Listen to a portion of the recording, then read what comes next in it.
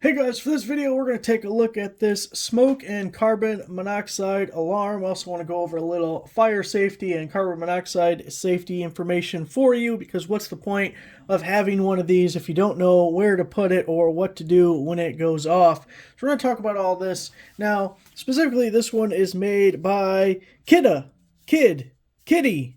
Your tomato's my tomato, but that's who makes it. It does come with the mounting hardware that you'll need, and it comes with two AA batteries. One thing I would recommend, it's hard to tell how long this may have sat on a shelf or in a warehouse or anything, so don't just take for granted that these are good batteries. It does have a low battery alarm, but if you have a multimeter or battery tester handy, these should be 1.5 volts or thereabouts, just to make sure you're putting in good batteries.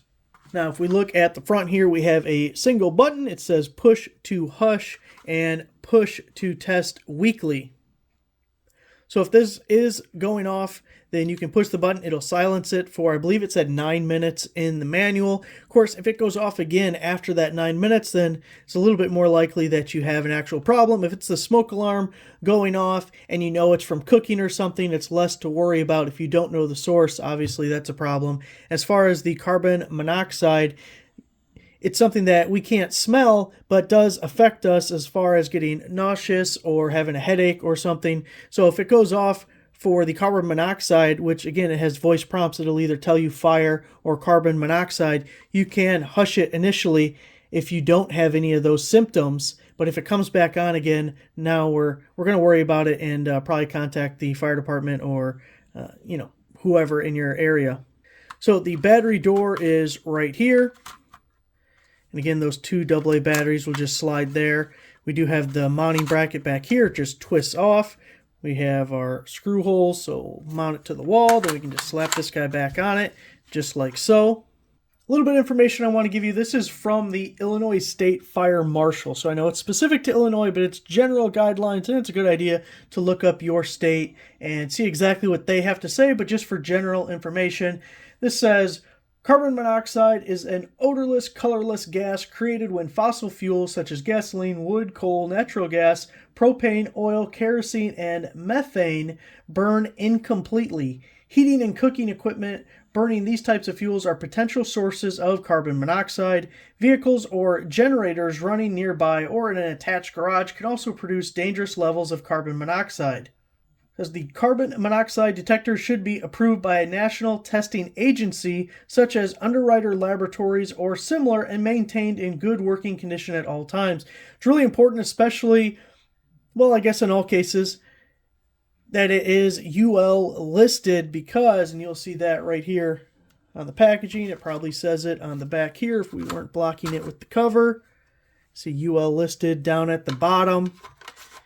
Because in a landlord-tenant situation, you will not be properly covered if you do not have one that is UL listed. So just be aware. It should be installed in every occupancy or structure which utilizes the burning of fossil fuel for heat, cooking, ventilation, production of hot water. Installed in every occupancy or structure which has an attached garage. Installed in every occupancy or structure where an unattached but nearby ventilated source of CO may enter the occupancy or structure. Installed within 15 feet of every room used for sleeping purposes in every dwelling unit. Every structure that contains more than one dwelling unit shall contain at least one approved carbon monoxide alarm in operating condition within 15 feet of every room used for sleeping purposes. Some of this is specific landlord-tenant, should be provided by owners of dwelling units in working condition with information supplied to the tenant or occupant for testing and maintenance. Tenants or occupants are responsible for testing and battery replacement per the supplied instructions and must notify the owner and allow owner access to correct any problems. So that is the carbon monoxide portion. Now let's talk a little bit about smoke alarm portion and fire safety. So first, they should be installed within 15 feet of every room used for sleeping purposes, commonly known as bedrooms. Install at the uppermost ceiling of each interior stairwell.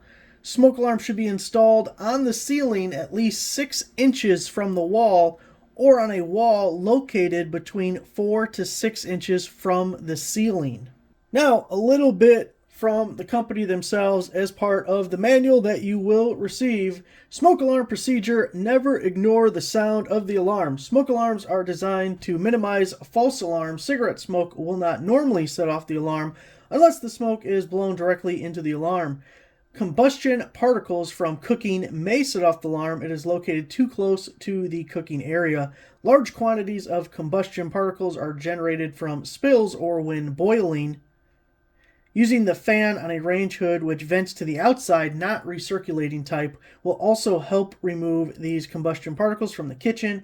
If the alarm sounds, check for fires first. If a fire is discovered, follow these steps. Become thoroughly familiar with these steps and review them with all family members. First, alert small children in the home. Second, leave immediately by your escape plan. Every second counts, so don't waste time getting dressed or picking up valuables. Next, in leaving, don't open any inside door without first feeling its surface. If hot or if you see smoke seeping through the cracks, don't open that door. Instead, use your alternate exit. If the inside of the door is cool, place your shoulder against it, open it slightly, and be ready to slam it shut if heat and smoke rush in. If the air is smoky, stay close to the floor. Breathe slowly through a cloth, wet if possible. Once outside, go to your selected meeting place and make sure everyone is there. Call the fire department from your neighbor's home, not from yours. Don't return to your home until fire officials say that it is all right to do so. So there it is, guys. Hope you found that helpful, and thanks for watching.